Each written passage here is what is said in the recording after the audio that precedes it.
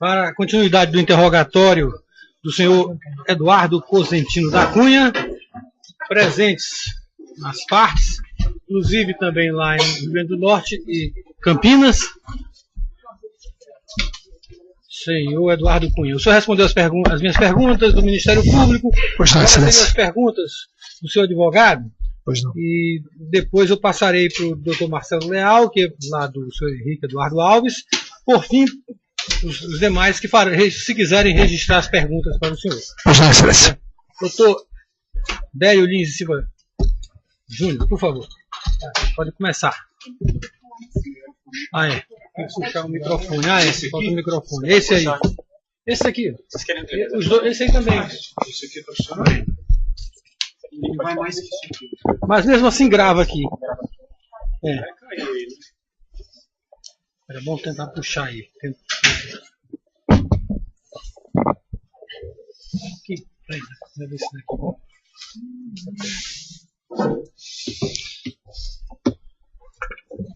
daqui.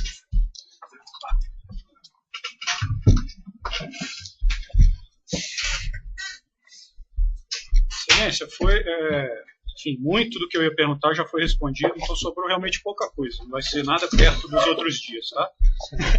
Tranquilizo a todos. Sem pressa, doutor Délio. Estamos aqui para ouvir. Boa tarde aos colegas lá do Rio Grande do Norte e São Paulo. Boa tarde, doutor Délio.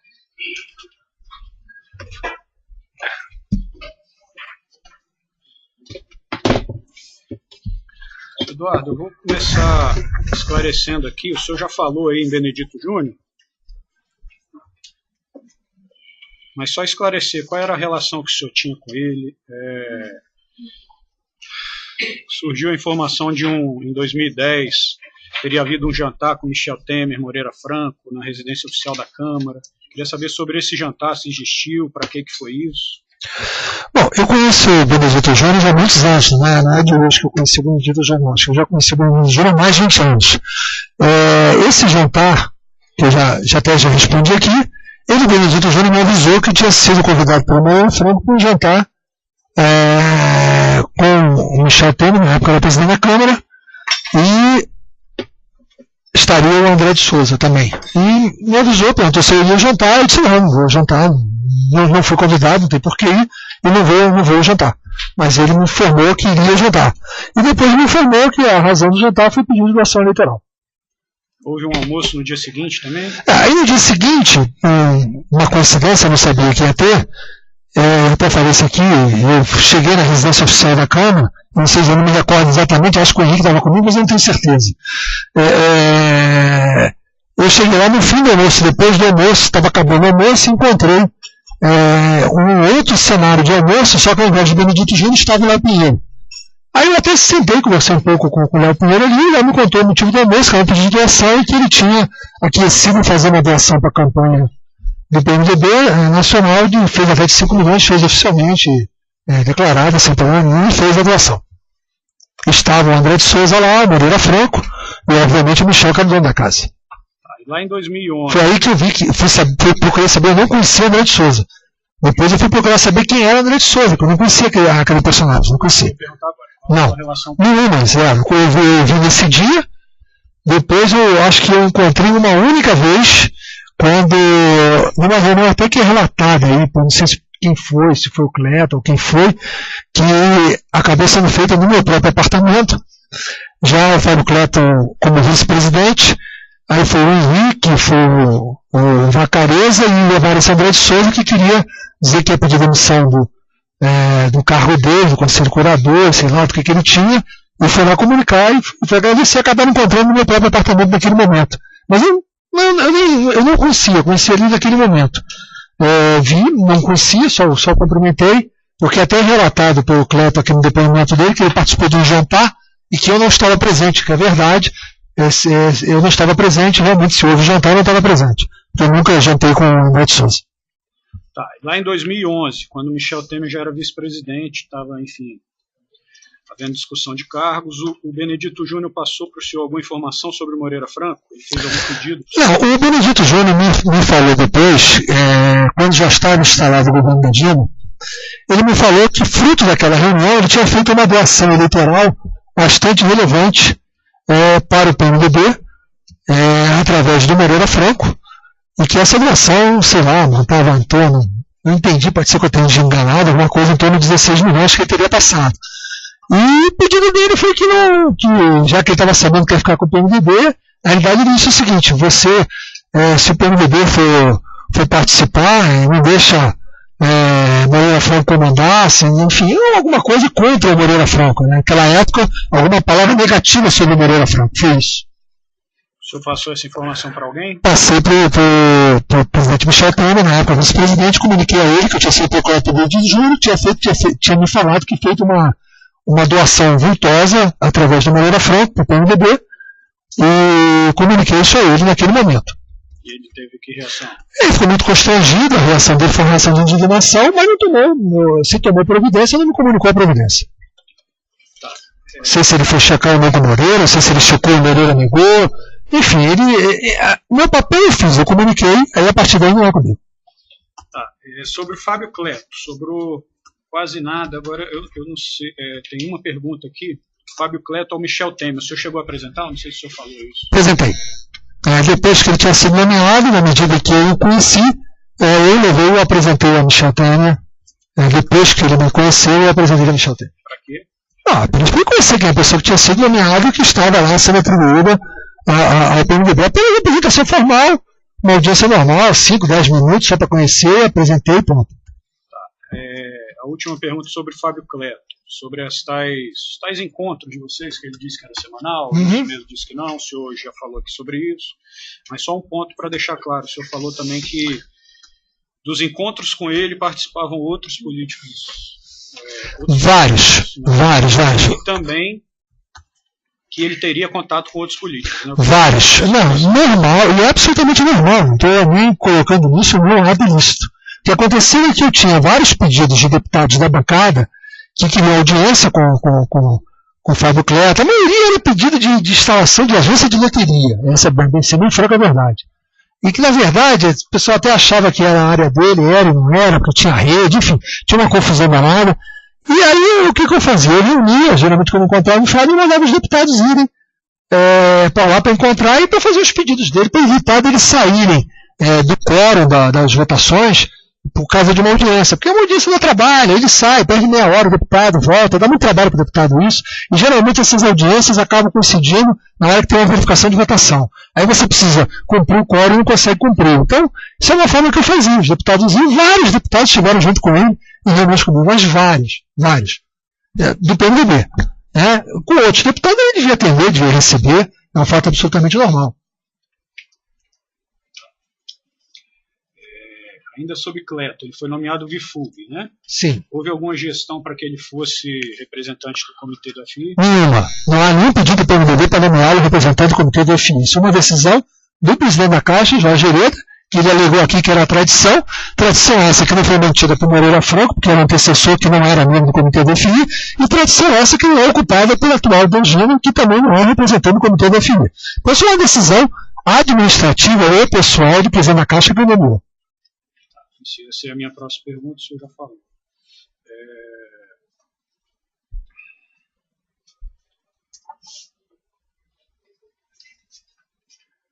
Os cargos abaixo do Fábio Cleto, eles foram indicados pelo PMDB? Nenhum. Pelo contrário, essa é a razão da grande disputa que houve até a tal conversa no gabinete do Henrique Alves quando ele era presidente da Câmara, que o Hereda foi, que a discussão ali era basicamente que o Fábio já tinha 3 anos que estava com o cargo lá, e não conseguia nomear um superintendente que o Hereda não deixava.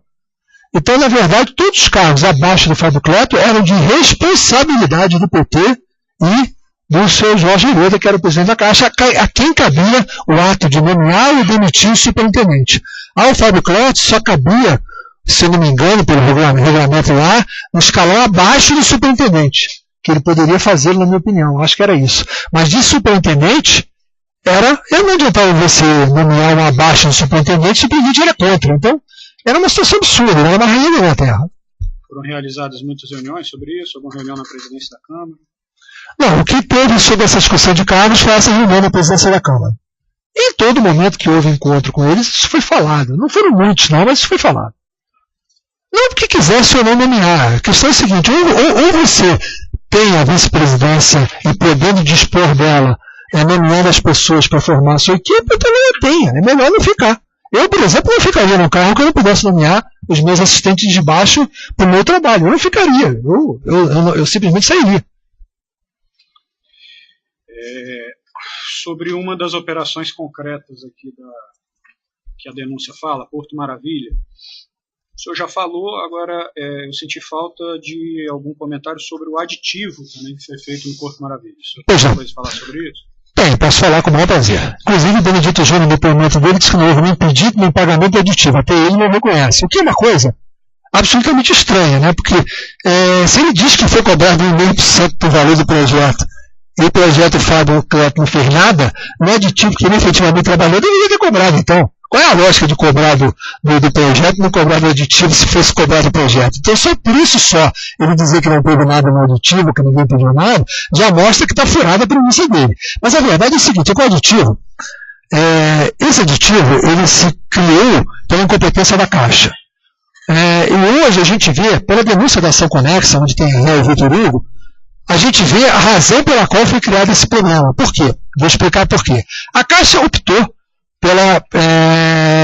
a prefeitura errou também, porque fez um leilão de lote único, deveria ter feito um leilão pulverizado, então o único comprador comprou os CEPACs e ficou com o monopólio das ações dentro do Porto Maravilha. E o que aconteceu? A Caixa adotou a política de fazer permuta, de não vender em leilão os CEPACs. Na medida que a Caixa fez isso, deu margem à propina, porque escolhi com quem ia fazer a troca e as condições da troca eram feitas em cada negócio.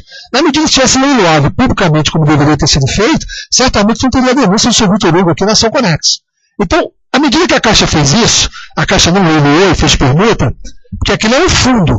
Esse fundo, ele tinha que ser, de uma certa forma, autogerido, tinha terrenos da prefeitura, tinha um monte de coisa, e na medida que não se vendeu os CEPACs, não entrou dinheiro nesse fundo. Na hora que não entrou dinheiro nesse fundo, passou a ter necessidade de mais dinheiro. Acabou o dinheiro que tinha nas compras originais de CEPACs, não tinha mais CEPAC para vender, então a Caixa tinha que fazer um aditivo, não tinha outro jeito. A Caixa criou a condição para ela ter que pôr mais dinheiro, e senão a obra ia parar. Eu ia ter que vender algum outro ativo para poder continuar a obra pelo fundo. Então, houve realmente tratativa de aditivo, aí sim todo mundo entrou e pediu, aí o prefeito Eduardo Paz me procurou a todo mundo, estava um caos, era um risco de parar as obras da Olimpíada com impacto na cidade do Rio de Janeiro gravíssimo.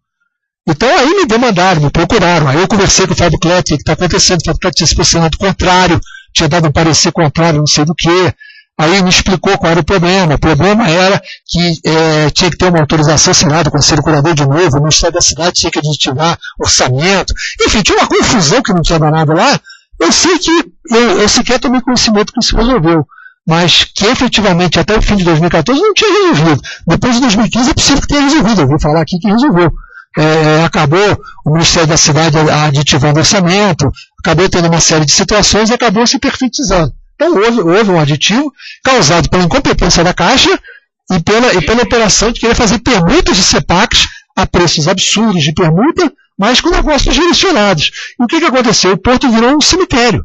Na verdade, jogaram fora um projeto e a crise acabou jogando aquilo no estágio que está hoje, a crise econômica, a crise do setor imobiliário, acabou piorando muito a situação. Mas eles não fizeram uma ocupação do Porto como deveria ter sido feito, se tivesse pulverizado os CEPACs, leiloado lotes menores, aí permitir que outros que tinham interesse em construir no Porto já comprassem o leilão originário os CEPACs, isso teria tido outra performance daquela situação do que ficou com a Caixa monopolizando. A Caixa errou por interesse, que a ação conexa vai acabar chegando lá, por interesse escuso, na minha opinião. Porque essa permuta dá margem negociada. O senhor não teve participação? Nenhuma participação, ninguém me ofereceu nada, não pediu nada, não recebi nada, e nem o delator fala que pagou nisso. Então, tipo de situação absurda, mas havia sim um interesse político de viabilizar isso, porque a crise estava instalada até de relacionamento dentro do Rio de Janeiro com o governo federal. Projeto Nova CIP, o senhor tem alguma coisa a falar sobre ele? Nova CIP, pelo que eu tenho conhecimento, é aquilo que foi atribuído pelo delator com relação ao Moreira Franco no Grupo Agostinho. No meu conhecimento eu já falei, a única coisa que eu fiz foi a audiência que me foi solicitada com o então vice-presidente Moreira Franco, e de lá eu tomei conhecimento. Só tomei conhecimento depois, como está aqui na ação, e pelo problema que esse projeto deu dentro do próprio conceito da carteira. Assim como deu problema à rede de energia, que até falou aqui Marcos Vasconcelos na hora, esse projeto é um projeto escandaloso, e foi colocado, acabou tendo uma medida provisória para resolver o problema da rede de energia, para permitir que ela pudesse transferir o controle acionário sem perder a concessão da distribuição. Então são situações realmente absurdas. Marcos Vasconcelos, o senhor conheceu? Quando? Como? Teve alguma relação com ele? O que ele falou aqui sobre o ponto de relação que eu tive com ele não mentiu no número de contatos e na forma. Talvez ele tenha confundido a forma só. Houve realmente um jantar quando eu vi que era presidente da Câmara, que foram ele, Marcos Vasconcelos, o Antônio Henrique, que era o secretário do Ministério da Fazenda, que era presidente do Conselho de Administração da Caixa, o Gedel, diferente do que ele falou, eu acho que o Fábio Cleto era presente, mas, enfim, não tenho segurança. Foi um jantar institucional. Depois o Marcos Vasconcelos me pede uma audiência, e eu recebi, se eu não me engano, na liderança do PMDB, e ele foi falar sobre o mal-estar que estava causando essa não eleição, essa perda da eleição que o Fábio Cleto teve na reunião do comitê, que foi uma rasteira, entre parênteses, entre aspas, dada por eles da Caixa, pelo Hereda e pelo Marcos Vasconcelos, querendo se eximir da responsabilidade, e nessa conversa, ele também me pediu coisas, não foi eu que não pedi nada nessa conversa. Ele disse que tinha um fundo que ele queria aprovar, um tal de fundo TRX, e que o Fábio estava muito contra, e que estavam contra, que na realidade aquilo que o João Graça falou no depoimento dele aqui, era a terceirização do FI.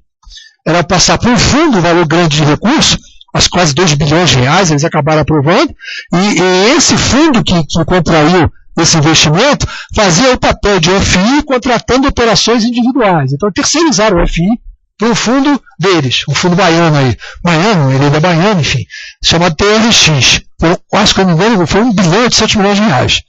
E ele também falou da LLX, porque parece que a presidente Dilma tinha estado no Porto do Açu e havia demandado a Caixa pelo andamento daquela situação que tinha a ver com o Porto do Açu.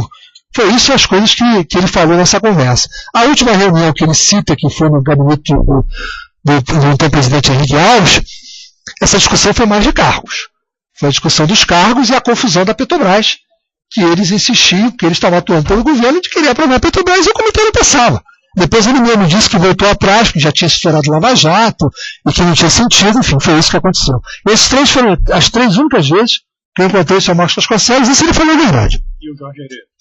Jorge Hereda, eu tive 2 dessas 3 vezes o Jorge Hereda estava presente, tanto no jantar quanto na reunião na presidência da Câmara. Eu tive umas 2 ou 3 audiências com o Hereda, mas coisas normais de deputado. Acho que eu pedi para instalar uma agência na Caixa Econômica, num bairro que eu tinha muito voto, uma coisa desse jeito. 2 ou 3 bobagens que tem a ver com o eleitorado, nada mais do que isso. Nunca tratei nada com o Hereda. Sobre esses projetos aqui, nada com Hereda nem com Marcos Vasconcelos? Nada com Hereda nem com Marcos Vasconcelos. Marcos Vasconcelos chegou a pedir alguma vez apoio para o senhor em algum desses projetos? Pediu nesse que eu falei, desse fundo TRX e na própria LLX. E aí? Eu espero que podia até falar com o Fábio, mas que ele tinha a melhor condição de tratar isso, que não havia. Dizer para ele o seguinte: se ele achasse que o projeto não estaria andando, que não poderia andar, porque havia alguma oposição política nossa, isso não existia. Ele tinha que tratar como ele fala, no nível técnico, e vencer as resistências técnicas que poderiam haver. Mas eu não fiz nenhum movimento a partir da ponderação dele. Já que o senhor falou em LLX, era uma que eu ia perguntar. Houve alguma situação especial, ilícita, relativa a LLX? Não, apesar do seu Fábio Cleto colocar na planilha dele, dizer que recebeu da Carioca, e apesar de não estar na denúncia, efetivamente não tem nada que eu conheça. Em primeiro lugar, o Sueco Batista veio aqui, negou. Depois aqui, negou. Segundo lugar, a minha relação com o Sueco Batista é uma relação com o Sueco Batista, 2, 3 vezes com ele, coisa institucional, nada demais. É verdade o que ele falou, que eu peguei uma carona com ele no voo de Brasília por isso, é verdade. Mas do jeito que ele falou, é verdade. Tinha até um jornalista no voo, o Jorge Judeu, que na época era do Globo, estava no voo também. Eu me sentei realmente atrás, quase nem falei com ele nesse voo, é verdade. Então não tinha nada demais. E tive que ir umas 2 vezes em eventos institucionais. Não tem nada. Acho que eu participei de um jantar com ele, acho que no próprio restaurante dele, no Misterlan, enfim. Uma coisa do gênero assim, mas nada demais. Não tenho não tinha nenhuma relação com ele, ele nunca me pediu nada, e eu nunca falei com ele. O tal encontro que o Margoto disse que teve em Nova York entre Lúcio Funari e Aica, os dois negam, não houve encontro, e na delação Lúcio Funari disse que quem pagou foi o Odebrecht, pelo Ike Batista, porque o Odebrecht trabalhava no Porto do Açu. Bom, a Odebrecht não trabalha no Porto do Açu. Em segundo lugar, o Odebrecht negou, isso não está na delação dela. E também não faz parte da denúncia. Então, enfim, não tenho o que falar de LLX. Voltando um pouquinho no Fábio Cleto, já está esclarecida a questão das tais supostas contas, que ele disse que o senhor teria assumido, o senhor já negou aqui, enfim. Agora, só nesse ponto, que a denúncia fala em 300 lavagens de dinheiro, apontando essas contas aí como operações. Eu diria o seguinte, não, eu tenho para falar só o seguinte, obviamente que uma denúncia que foi feita não pela equipe aqui da VAR, do doutor Anselmo, foi feita pelo Procurador-Geral da República, que fez uma peça política. Ele mesmo coloca na peça que os pagamentos das contas pessoais do Fábio Cleto eram feitos no dinheiro que o Fábio Cleto tinha deixado com o Lúcio Funaro, pagou conta de telefone de R$200, aí colocar 300 lavagens na denúncia nas contas pessoais do Fábio Cleto, pagas pelo Lúcio Funaro, reconhecido por ambos do dinheiro dele mesmo, é só um jogo político do Procurador-Geral, ex-Procurador-Geral, para tentar botar na mídia que eu estava denunciado por 300 lavagens. Não tem outra explicação. É só um jogo de cena para a mídia. O senhor teria ideia que esses valores poderiam, de alguma forma, ser isso? Primeiro que eu desconhecia as contas do Fábio Cleto pessoal, sei lá o que o Fábio Cleto pagou de conta, sei lá se ele pagou 200 contas de telefone, cartão de crédito da mulher, a conta de luz, a conta de água, paga do dinheiro que ele diz que transferiu para o Funaro, para a conta do Funaro, do dinheiro dele que ele tinha no exterior, isso é o problema dele com o Funaro. Agora, lavagem da denúncia que não é, com certeza absoluta não é. Sobre Eldorado. O senhor falou aí que teve com o Joesley junto com o Michel Temer, não é isso? Tive uma vez. Tive, tem mais de uma vez, mas antes desse processo, uma vez. Eles já se conheciam? O senhor que apresentou? Como é que... Não foi o que eu apresentei, não, já conheci. Para que vocês estiveram juntos? Eu disse, nessa vez que eu me referi, foi em 2012, foi durante a campanha de 2012, e que foi para falar sobre contribuição da campanha do Chalita, que depois ele acabou contribuindo com a campanha do Chalita, parece que eu acho que foi com 3 milhões, uma coisa do gênero, e pronto, somente isso. Tanto que aí tem uma situação que saiu em umas mensagens com o Henrique, aí dizendo que justamente o Henrique tinha pedido o dinheiro de contribuição do Michel, aí entrou no PMDB, aí o Henrique achou que era para ele, aí se até uma história, vai dar M com o Michel, esse dinheiro é da campanha do Chalita. Então essa mensagem tem a ver com isso, que o Henrique achou que o dinheiro que tinha entrado da JBS dentro do PMDB poderia ser a doação que tinha sido prometida para a Prefeitura de Natal. E, no entanto, é a doação da campanha do Chalita que já estava, porque às vezes o dinheiro entra no Diretório Nacional, ele não entra dizendo vai para a campanha tal ou tal, ele entra. A gente tem que se informar que entrou o dinheiro e tem que buscar qual é o destino do dinheiro. Então esse é um trabalho que muitas mensagens que tem aí, que atribuem ilícitos, é perguntar, não, você está mandando 500 para o diretório do PMDB para quem? Tem vários diálogos meus aí que saíram na mídia, eu perguntando, você fez essa doação de 500, para quem é essa doação? Para a gente poder identificar e poder passar para quem foi o doador que quis dar. Então isso aconteceu muitas vezes. Então essa conversa que vai dar M com o Michel, não tem M, simplesmente que a contribuição era a contribuição da campanha do Chalita, que o Henrique naquele momento fez confusão, achou que poderia ser para ele, e eu disse, não pode usar isso. Listas, tudo na conta do PMDB. Sobre Eldorado, só para esclarecer um pouco, que houve uma negativa inicial, depois uma reformulação do projeto. O que o senhor sabe esclarecer nesse ponto? Eu sei que fizeram o projeto e, pelo que eu sei, não existe a tradição. Foi até citado aqui um precedente da Uzi Minas, até bom se mandar verificar isso. Mas foi um projeto que era de uma área industrial, que não é aquilo que pelo que eu tomei conhecimento, o EFIT tinha um jeito de financiar. Aí levou por isso. Aí travestir o projeto, remodelar o projeto, para poder atender a parte de saneamento, logística, sei lá o que, enfim, um saneamento privado. Aí tem aquela discussão, pode colocar no saneamento privado? Aí o Marcos Vasconcelos defendeu aqui, não, é saneamento privado, mas na medida que financia o saneamento privado, você está desocupando da rede pública e atende a rede pública também. Então, enfim, há versões. Mas na prática foi uma coisa que, no meu entender, inédita. Tinha dificuldade, sim. Tanto que foi um negócio muito, muito reído, tanto que demorou para sair. E tinha essa dificuldade toda. Por isso que ele teve dificuldade. E não teve uma votação unânime. É bom até, Todélio, até esclarecer aqui o seguinte. Ele teve o apoio da Fazenda, mas o representante da Fazenda votou contra. O Marcos Alceli votou contra, pelo que eu vi aqui. Só que o Marcos Alceli foi substituído depois pelo secretário executivo do Ministério da Fazenda. Aí o ex-ministro Mônica fala aqui que não sabia quem era nomeado, porque era o terceiro escalão que nomeava. O terceiro escalão vai nomear o segundo? Vai nomear o secretário executivo do Ministério? Não tem lógica, é óbvio que tinha participação e conhecimento do ministro da nomeação, e o nome definia, é óbvio. Você não nomearia o número 2 dele, secretário executivo, que substituiu ele no Ministério. Aí entrou o Diogo de Oliveira, depois que o Marcos Alceli tinha votado contra, para o Ministério ter um certo controle da posição real daquilo. Nesse projeto, depois dessa primeira negativa aí, houve pedido do Joesley a outras pessoas? Ele pediu a todo mundo, até porque, pelo que a gente vê aí, o FI tinha influência em vários partidos. Tinha o PT com os sindicatos com o governo, tinha o PDT com o Ministério do Trabalho, tinha o PP com o Ministério das Cidades. Todos eles votavam no FI. Tinha o Ministério de Indústria e Comércio, que eu não sei quem na época estava não influindo. Havia influência partidária. O Joelho, mas que pediu para todo mundo. Eu acho que qualquer um que apareceu na frente dele, ele pedia pelo projeto. Nem saber se podia ou não fazer alguma coisa. Todo mundo aí, o senhor citaria alguns? Eu cito que pediu a mim, pediu ao Henrique do Almoço, pediu a Michel Temer, mas ninguém tomou um gesto que possa, porque todo mundo sabendo que é um comitê, ele tinha que pedir. Agora não pediu só a gente, não. Pediu ao Ministério da Fazenda, ele pediu a todo mundo. E depois saiu. Depois saiu para uma votação. As atas aí vão trazer uma votação reunida, disputada, discutida. Não estou dizendo que o financiamento é ilegal, não. Não estou entrando nesse mérito, não, entendeu? Pode ser absolutamente legal. Acho que é um investimento, gerando emprego, está gerando renda. Não é por aí, mas eu só estou colocando em função da acusação que existe no processo. Fábio Cleto, na delação dele, falou na troca da conta dele no Julius Baer, para evitar que o Lúcio, retaliações do Lúcio. O senhor tem alguma coisa a falar nesse ponto aí? Eu sei, eu não sabia nem da conta dele no Julius Baer, que dirá de retaliação.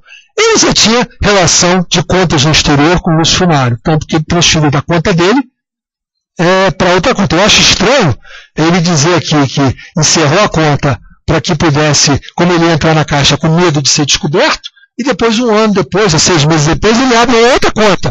Quer dizer, aquela primeira ele tinha medo de ser descoberta, a outra não tinha. Então ele já abriu com intenções outras. Esclarecendo aqui 2 ou 3 pontos em relação às perguntas que o doutor Anselmo fez para o senhor. O senhor falou aí que depois do impeachment o Fábio Cleto foi demitido no dia seguinte. Né? Dia seguinte, eu dei o dia. Sim. Você falou em retaliação. Sim. Era retaliação sobre Fábio Cleto? Era retaliação a Eduardo Cunha? Não, retaliação é PMB. Foi demitido o presidente da FUNASA, que era do Michel Temer, foi demitido o diretor da CONAB, que era do Michel Temer, direto, gente da confiança dele. Tiveram algumas demissões do PMB. Não foi a Eduardo Cunha, foi ao PMB. Ali passou a ter uma loucura. Não foi uma demissão só, não, foram várias. Se falou aqui também nos aplicativos que o senhor utilizaria para conversar com as pessoas. E aí se falou em Lúcio, Vic, e não sei mais alguns aí, que eu, enfim, nessa parte eu sou bem leigo. Esses aplicativos aí, o senhor tratava só com o Lúcio? Era não, com ele? Não. Tinha pessoa que gostava de comunicar no Vic, tinha pessoa que gostava de comunicar no Telegram. Até com jornalistas, no Vic, no Telegram, eu falei. Tinha gente que gostava do WhatsApp. Muitos falavam no WhatsApp. Tem gente que falava em BBM, que eu tinha BBM. A diferença é que o Vic usava menos, porque era no iPhone, a linha do que ficava a minha de iPhone era minha linha de Brasília, não era minha linha do Rio. E a linha que eu mais usava é do Rio. Isso a imprensa inteira sabe, quando queria falar comigo, ligava para o do Brasil e não atendia, ligava para o Rio e atendia. Se falou também em se utilizar avião de empresários. Sim. Havia alguma contrapartida com alguma utilização? Nenhuma contrapartida. Nenhuma contrapartida. Com esse processo? Nenhuma. Absolutamente apenas um gesto, e só usei para exercício do mandato. Não foram assim tantas vezes, mas foi. Usei em alguns momentos, como pedi para o Gedel, para o pai dele doente, como pedi para o Henrique, que eu já relatei aqui. Não foi só para mim utilização. Tá. E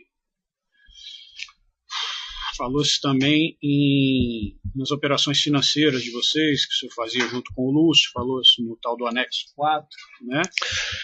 Como é que funcionava direito? Não, veja bem, é bom deixar isso bem claro pelo seguinte. Eu fazia as operações com o Lúcio, na verdade, ele podia, na hora que eu fazia, que eu não tinha fiança para poder dormir com uma operação grande, eu era praticamente sócio da própria operação. Às vezes tinha dia até que eu não cabia a minha decisão de qual era a forma como ele ia usar a operação. Eu não falei, põe a operação no seu anexo 4. Às vezes ele botava a operação na própria conta dele, normal aqui, do Brasil, que ele tinha, normal. Às vezes depois eu fui saber que ele botava muita coisa no anexo 4. Muita coisa que eu estou colocando aqui, informando, são coisas que eu soube depois, não coisas que eu sabia previamente. Eu estou apenas, o que eu quis fazer foi historiar os fatos todos e colocar como se deu. Não que necessariamente eu tenha sido, digamos assim, o causador da forma de ser. A decisão sobre como fazer não era minha, ela era dele. Para encerrar aqui, falou-se no Álvaro Novis, do vereador Odebrecht. Você conhecia? Não conheço o Álvaro Novis. Tinha alguma relação com ele? Nenhuma. Não sei quem é, sem passar na minha frente, não sei quem é. Você operava com algum doleiro? Não. Excelência, cumprindo minha promessa. Que bom. Então vamos terminar tudo hoje, viu? Doutor Marcelo Leal, com a palavra para as perguntas ao interrogando Eduardo Cunha. Mas eu não tenho perguntas, obrigado. Bem. Doutor Delmanto, doutora Maris. Sem perguntas, excelência. Doutor Bruno Espinheiro. Muitas perguntas, excelência. Você vai praticamente só registrá-las. E assim seja, excelência. E assim seja. Doutor Marisei. Certo. Doutor Marisei. Sim, por favor, pode falar. Você traduz. Eu tenho uma consideração a fazer sobre esta hipótese de registro de perguntas. Posso fazê-la? Pode, mas... Eu respondo a Vossa Excelência, não é problema. Eu acho que... Eu vou deferir, doutor. Mas assim, pode fazer, fica apenas num campo doutrinário, talvez, se eu queira fazer, mas eu vou deferi-la já, digo de antemão, para que ele possa registrar. Doutor Marisei, eu gostaria de me opor no que diz respeito ao registro das perguntas e faço por uma questão processual e quero dizer que eu faço com todo respeito ao meu colega Bruno Espinheiro, que é um brilhante advogado, a qual eu nutre o maior respeito. Mas o interrogatório do réu, nós sabemos que do ponto de vista processual, ele tem natureza dúplice. Ele é, por um lado, um ato processual, mas ele também é instrumento de defesa. É um momento da defesa pessoal do réu. Ora, se a Constituição Federal garante o silêncio ao réu, se mais do que isso, como corolário dela, e também por força do artigo 8º, 2, a linha G, do Pacto de São José da Costa Rica, o réu não está obrigado a produzir prova contra si mesmo, o interrogatório não pode servir para que a acusação, ou o réu delator, ou quem quer que seja, utilize do instrumento de defesa como forma de acusação, sob pena de violação do princípio do nemo tenente sedentagere. A mais, o Código de Processo Penal, ele estabelecia até a mini reforma de 2003, promovida pela Lei 10.792, de 1 de 12 de 2003, ele estabelecia, no artigo 191, o seguinte: consignar-se-ão as perguntas que o réu deixou de responder e as razões que invocar para não fazê-lo. Ora, o motivo pelo qual o artigo 191 foi expurgado do Código de Processo Penal pela Lei 10.792 de 2003 foi pela sua flagrante inconstitucionalidade. Ora, a lei ela não tem palavras inúteis. Se antes a lei dizia expressamente, trazia a possibilidade de consignação das perguntas, e o legislativo retira esse artigo do Código de Processo Penal, eu só posso entender que está se dizendo de que, se antes era permitido, agora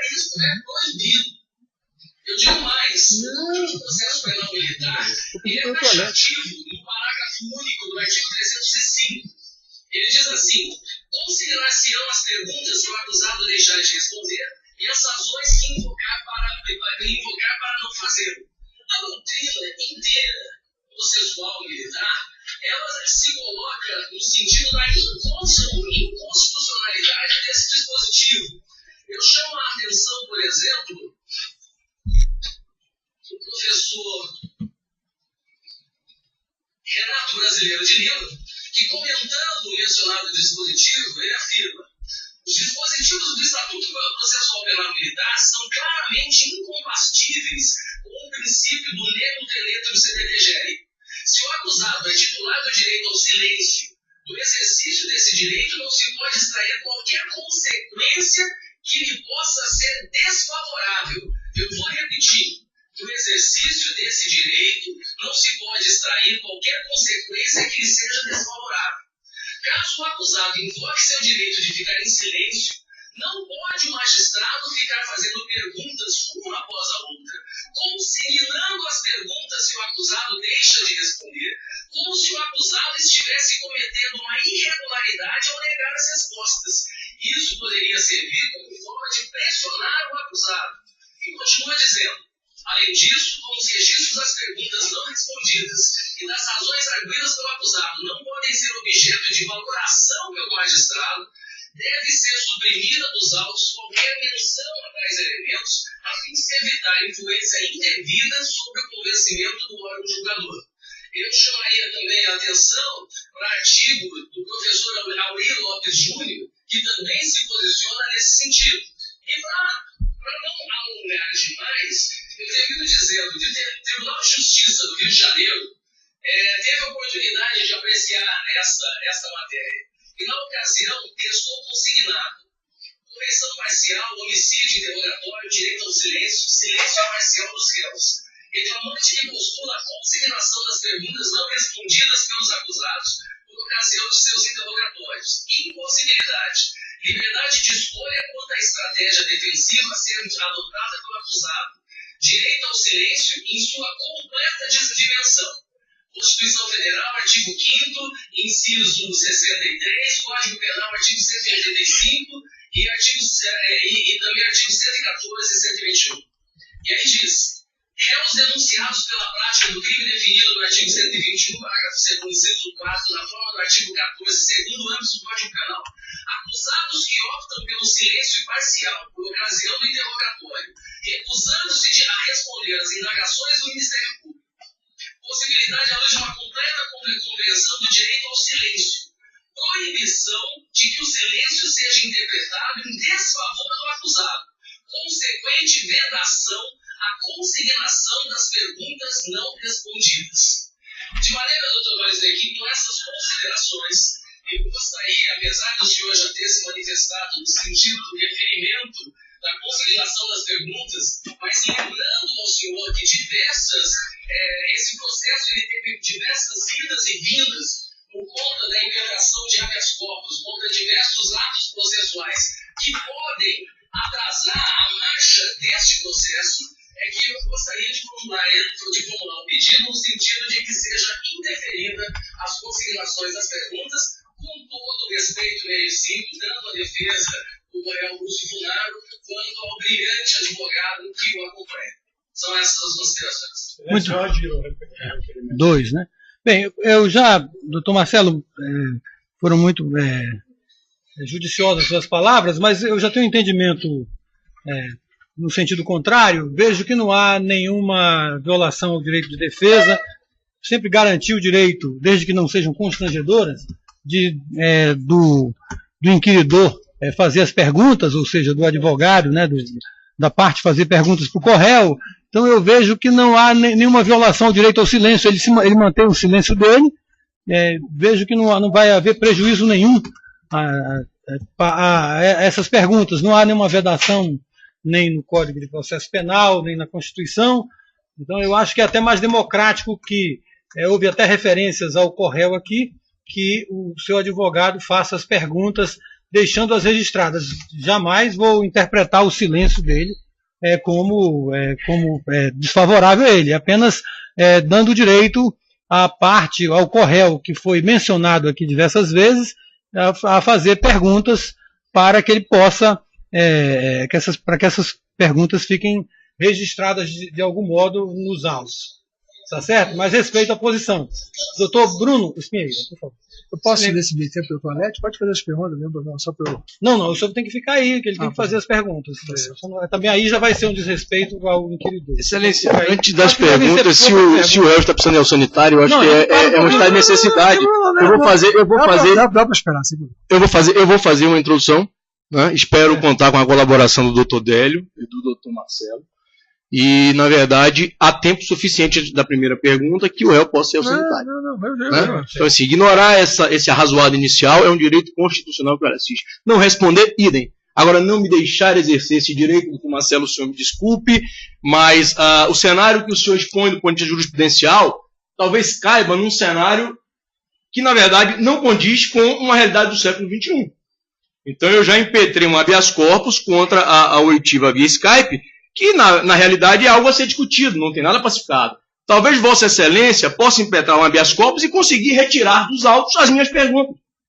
Agora observe o seguinte, durante toda essa instrução, Vossa Excelência não, está mudo porque está com uma posição mais conveniente, eu acho interessante, o seu cliente não está no centro do furacão, no olho nas principais questões.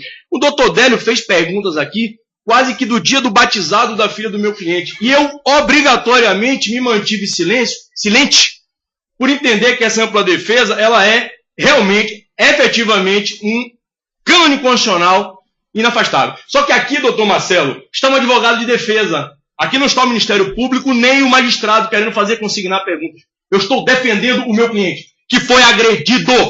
E se o senhor prestou atenção aqui, efetivamente, o meu cliente foi agredido. Então eu preciso desconstruir tecnicamente isso. Até porque o dever que ele tem para com a justiça é de falar a verdade.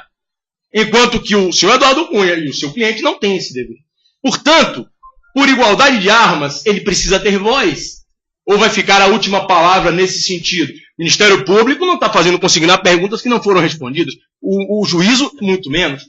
Então, fazer consignar que o doutor Valigem talvez seja um dos juízes mais democráticos e garantistas que eu já vi, independentemente da sua mão forte em medidas outras de decretação de prisões, etc., mas isso é um juízo pessoal, mas na prática do procedimento, eu não tenho o que dizer. E, ao fim e ao cabo, a jurisprudência que Vossa Excelência provavelmente vai provocar, se funcionar em definitivo, no sentido de cabia ou não cabia consignar, estamos todos aprendendo. Agora, Vossa Excelência está diante de uma dinâmica totalmente distinta, num cenário totalmente novo no processo penal, para aquilo que tem de ruim e de bom.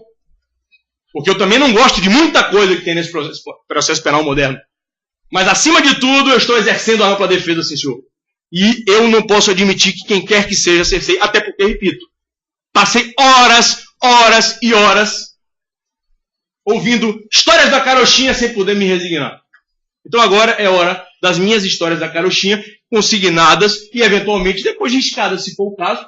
Ou, evidentemente, o ilustre juiz não fará uso disso se efetivamente não tiver corroboração probatória nos autos. Mas querer cercear este meu direito, este meu ganha-pão, doutor Marcelo, nem o senhor nem ninguém fará. Tá? Então, Excelência, feita essa observação introdutória, muito importante. Só uma questão de ordem, a gente precisa... Bom, ele está só... Abuso de lado também. Dizer apenas que eu fiz uma consideração técnica processual, já foi indeferido. Meu respeito, doutor Marcelo, seguirá írrito por Vossa Excelência. Meu respeito, Vossa Excelência, seguirá írrita. Irrita não, afastada. Irrita não, porque vai ser nulo. Jamais. É uma questão técnica que eu levantei. Perfeito. Todo o direito de prosseguir. Perfeito. O doutor vai querer falar também. O doutor Bruno sabe muito bem que eu respeito demais e temos amizade além disso. Sai daqui, toma cerveja, sem problema nenhum. Só queria... para não ter que ficar atrapalhando a ampla defesa e eventualmente precisar interromper, só queria lembrar que o momento é de registrar perguntas. Né? Me preocupou apenas uma coisa que o doutor Bruno falou, no sentido de que vai fazer uma introdução e contar histórias da carochinha. Não, já foi feito. A história da carochinha, na verdade, veio do outro lado da mesa, mas o que eu quero dizer é o seguinte, não, veja bem, o senhor vai me perguntar. Desculpa, Vossa Excelência vai me perguntar. Vossa Excelência falou por horas e agora vai me permitir falar, ou não vai? Eu pensei que não era. Porque até acusado de dobradinha com o Ministério Público, por Vossa Excelência, eu fui aqui. Ué, a defesa de Lúcio Funari aqui, quem corporifica? Quem entregou o bilhete? Que bilhete? O bilhete para o Ministério Público. Ninguém entregou o bilhete. Quem entregou o bilhete aqui? Tá bom. Ué? A única coisa que eu queria registrar... Doutor Délio, olha, veja bem. A amplitude de defesa tem limite. Não vai me deixar falar. Não vou deixar, não. Na hora que o senhor disse que eu entreguei bilhete ao Ministério... O senhor viu eu entregando algum bilhete ao Ministério Público? Ficou uma dúvida aqui. Eu sou a defesa do Lúcio hoje aqui. Hoje sou.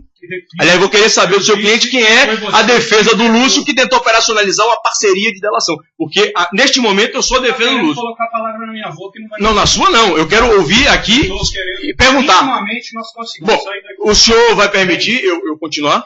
Se o senhor me permitir acabar. Tá, então o senhor termina. Tá? Então, Excelência, para concluir, eu queria apenas lembrar que é o momento de registro de perguntas, apenas. Então, caso o doutor Bruno vá além disso... Como o senhor ia fazendo a introdução na pergunta e a razão final na pergunta, doutor Délio? É isso que eu não posso fazer? É isso que eu não posso fazer? Ah, isso eu posso. Isso eu posso. Ainda bem que o senhor permite. O senhor vai me deixar acabar? Não sei. Então, Excelência, era isso que eu queria registrar. Eu gostaria, inclusive, do auxílio do Ministério Público nisso, porque mais do que acusador, ele é fiscal da lei. Né? Então, o senhor está pedindo ajuda ao Ministério Público? Não sabe lidar com um advogado de defesa horizontalmente, está precisando de ajuda ao Ministério Público? Não entendi esse pedido do auxílio ao Ministério Público. Eu juro que eu não entendi. Doutor Délio. Agora o senhor percebe, Excelência, a estratégia diversionista. Quando veio depor aqui o meu cliente, as centenas de milhares de perguntas foram respeitadas, ainda que na minha leitura, 99% totalmente alheia a tudo. Mas ainda assim, na hora que eu tento me concentrar, eu sou desconcentrado. Na hora que eu tento exercer um raciocínio lógico, eu sou desconcentrado. Isso é uma estratégia. Eu lamento, é uma estratégia. Agora você não vai ser interrompido, doutor Bruno. Você pode começar a fazer perguntas. Isso é uma estratégia. Isso é uma estratégia. Ele colocou... Poxa, doutor Délio, eu vou poder fazer o meu também, porque assim como o senhor sustenta seus filhos, eu sustento o meu. O senhor vai me permitir trabalhar? Eu agradeço rapidamente. O Ministério Público. Bem-horadamente. Só questão de ordem, acho que para ficar com um consenso aqui, acho que o doutor Bruno fará as perguntas. Como é direito do senhor Eduardo Cunha, ele irá responder. Se não responde no caso. Não, eu não vou responder nenhum. Pode conseguir na todos, mas não vou responder. Não importa. Mas é direito do senhor Eduardo a cada pergunta dizer. Não, eu já estou dizendo antes, não vou dizer agora. Já estou dizendo que eu não vou responder nenhuma, mesmo que seja incorporada, seja pelo juiz ou pelo Ministério Público, a mesma pergunta eu não responderei. Um direito também. É um direito, mas eu consideraria mais técnico se em cada pergunta fosse. Não, eu já estou dizendo de antemão que eu não vou responder. Eu não vou fazer. Eu não vou fazer esse papel de. Ampla defesa a um monopólio de um dos lados. Eu não posso falar. Começando, sem interrupções. Vamos lá. Excelência, o interesse público é atendido com a presente proposta, tendo em vista a necessidade de conferir efetividade à persecução criminal de outros suspeitos e réus, bem como de ampliar e aprofundar em todo o país as investigações em torno de crimes contra a administração pública, contra o sistema financeiro nacional, contra a ordem tributária e de delitos de lavagem de dinheiro e daqueles praticados por organizações criminosas, inclusive no que diz respeito à repercussão desses ilícitos penais na esfera civil, atos de improbidade tributária e disciplinar. Ressalte-se que, não obstante o objetivo acima descrito, o acordo ora firmado circunscreve-se, repito, circunscreve-se ao âmbito do inquérito 224505, sendo que nos demais procedimentos ou processos relativos à pessoa de Lúcio Bonner Funaro será levado pelos signatários ao conhecimento do Procurador da República, com atribuição mais especificamente no que se refere à eventual ação penal por crime de sonegação fiscal, à sua disposição de colaborar com toda e qualquer investigação que se relacione direta e indiretamente à sua ação, à sua atuação no mercado financeiro. Excelência, isso aqui é a colaboração do Lúcio. Ao contrário do que ele foi acusado de ter furtado informações, aliás, furtado já é uma outra pergunta com relação a uma acusação de furtar-se anexos na PGR. Com relação à colaboração de 2005. Exato. Onde ele está circunscrito e que tentou-se a todo custo, porque, na verdade, uma representação na PGR é o foro adequado. Vossa Excelência, um democrata, permitiu que fosse discutido à exaustão a rigidez da antiga colaboração do Lúcio. Vossa Excelência permitiu. Não era o foro. Vossa Excelência sabe que aqui não era o foro para isso. E foi discutida. Mas está aqui os limites. Então, assim, uma premissa importante. Tudo que foi perguntado e descredibilizado está aqui para reforçar que, dentro dos limites do que foi pactuado, e detalhe, 2005 não havia a lei de organização criminosa. Então, é um outro formato de colaboração. Não se pode exigir o mesmo formato que hoje se evolui a cada dia. Isso é importante. Exatamente. Isso é importante ficar registrado, Excelência. Agora, por questão de lealdade também, Vossa Excelência tem pedido que se faça a juntada por petição. Eu estou com alguns documentos que me parecem fundamentais. Não, pode juntar agora. Se a dinâmica for esta, eu farei agora. Não, pode ser Não é? agora. Muito bem. Então, assim, primeiro que esse termo de colaboração ficará juntado essa cópia agora, desde já requeiro, e estou juntando. A segunda é o seguinte: se o bilhetinho que o doutor Délio fez referência é isso aqui, que estava na mão do meu cliente, trata-se, Excelência, que eu estou juntando. Estou juntando. É por isso que eu quis levantar. Questão de ordem. Antes de não começar as perguntas, eu estou juntando aqui documentos. Ele não está fugindo, ele está. Eu estou juntando documentos, Excelência. Excelência, pode trata-se aqui de um bilhete que está na mão, entregue pelo senhor Eduardo Cunha ao meu cliente Lúcio Funaro, com uma conta na Suíça do senhor Fábio Cleto, anotada em lápis. Faço questão de juntar os autos para os fins de direito, inclusive questionar-se a veracidade disto. A cópia que está na Polícia Federal, entrega para alguém especificamente já? A cópia que está na Polícia Federal, que o meu cliente afirma que há uma anotação do senhor Eduardo Cunha, está aqui também a cópia. O original, com certeza, terá que ser requisitado ao doutor Cajado, que está com ela. Vou juntar os autos. Eu quero juntar também, Excelência. Quero juntar também. Isso aqui foi retirado. Pode, claro. Isso foi retirado da agenda do senhor Bertin, uma busca e apreensão, que coincide com doações de campanha. Não pode falar. Perfeitamente adaptadas e ajustadas à agenda do Lúcio, à planilha do Lúcio.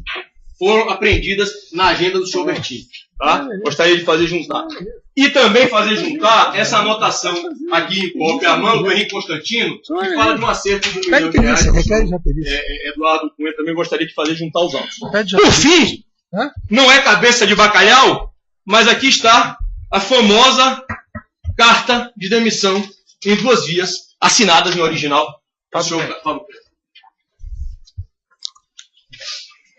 Esses documentos estavam em poder dele, o senhor está juntando agora, né? Juntando agora, Excelência. E se precisar de qualquer original que não esteja na Polícia Federal... Isso aqui, Vacareza, tem meu quê? Isso é da agenda do senhor Bertin, que foi apreendida. 2010, né? Eu arrecadei com o MDB. Muito bem. Agora vamos às perguntas, Excelência. A primeira delas é a seguinte. A primeira delas é a seguinte. Eu pergunto ao senhor Eduardo Cunha se efetivamente ele mantém a afirmação que fez de que o meu cliente, ou qualquer das suas empresas, deve uma fortuna, porque ele é um mau pagador, ao Banco Próspero. Família do ex-deputado Albano Reis. Sim, que por acaso este documento... Que a dívida que a família do Albano Reis tinha... É esta aqui. Tem certeza que é isso aqui? Tá. Para ele pode, não pode... eu só quero saber, aqui eu tenho uma quitação do Banco Próspero, que seria para quem haveria um débito, estou explicando para contextualizar, atribuído ao meu cliente, que deveria, a quem não paga ninguém, a essa família do deputado Albano Reis.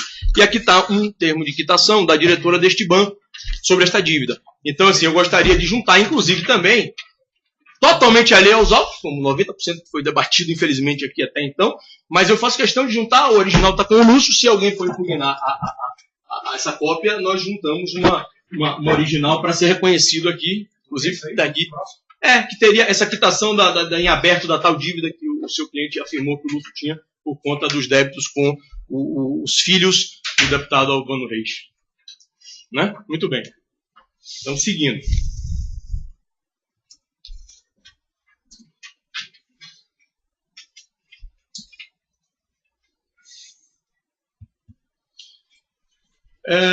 Eu quero saber do ex-deputado Eduardo Cunha, que afirma que nunca teve qualquer tipo de conta corrente com o meu cliente, como é que se davam as reconhecidas operações em bolsa por eles, efetivamente desenvolvidas durante um bom tempo, e sem essa conta corrente, como é que isso se efetivava? Como é que alguém compensava o quê ou combinava o quê com quem? Queria saber também por que a American Express Europa cancelou o cartão de crédito do depoente. Quero saber também se o filho do depoente é ou foi sócio do deputado Alexandre Baldi. Se o depoente confirma que recebeu R$1 milhão de acerto com o Henrique Constantino em 2012 aqui em Brasília.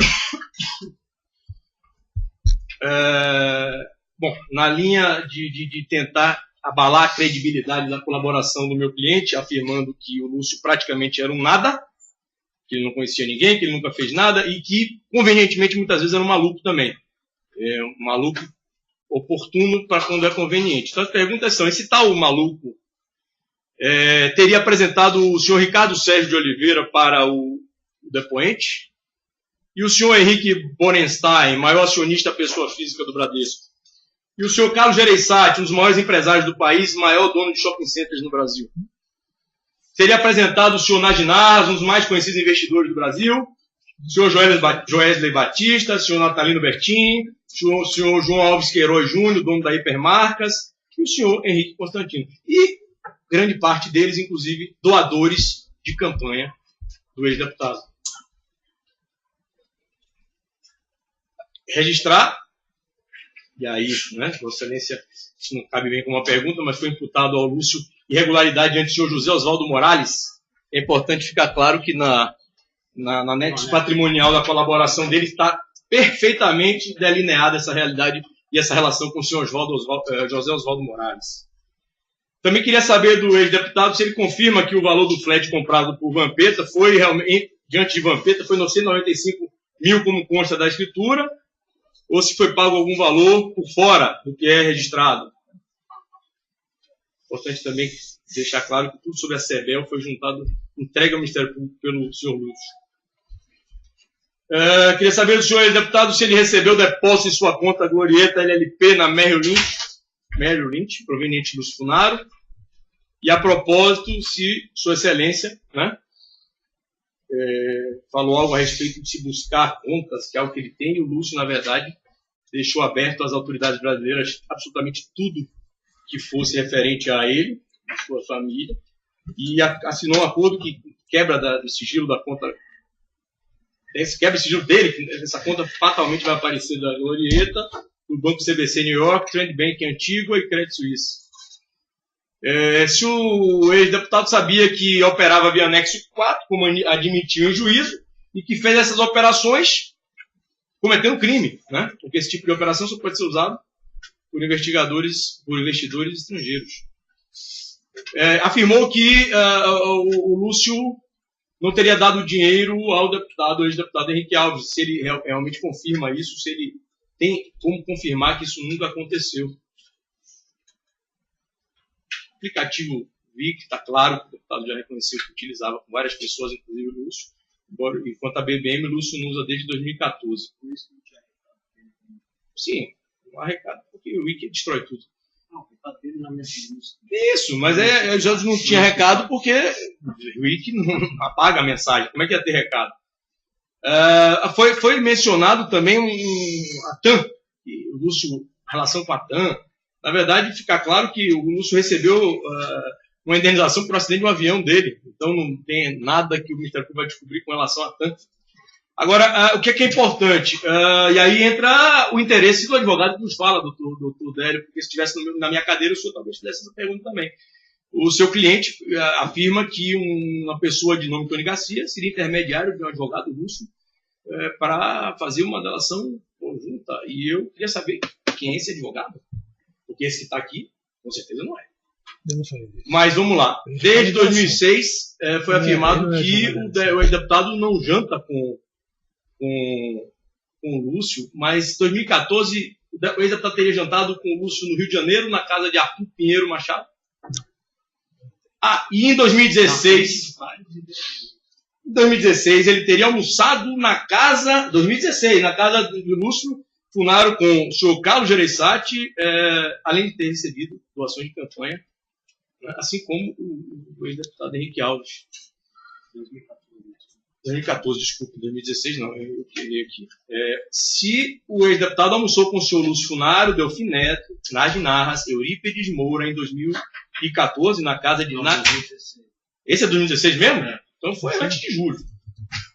Na casa de Nagy Narras, em São Paulo, foi afirmado aqui de uma busca pensão no apartamento do pai do Lúcio. O pai do Lúcio mora numa casa. Né? Então, assim, complicado usar o nome de um parente fora de contexto. 2015, café da manhã com o Lúcio. Foi a última vez, mas em 2016 com o advogado Marcos Joaquim. Será que o ex-deputado teria se reunido também?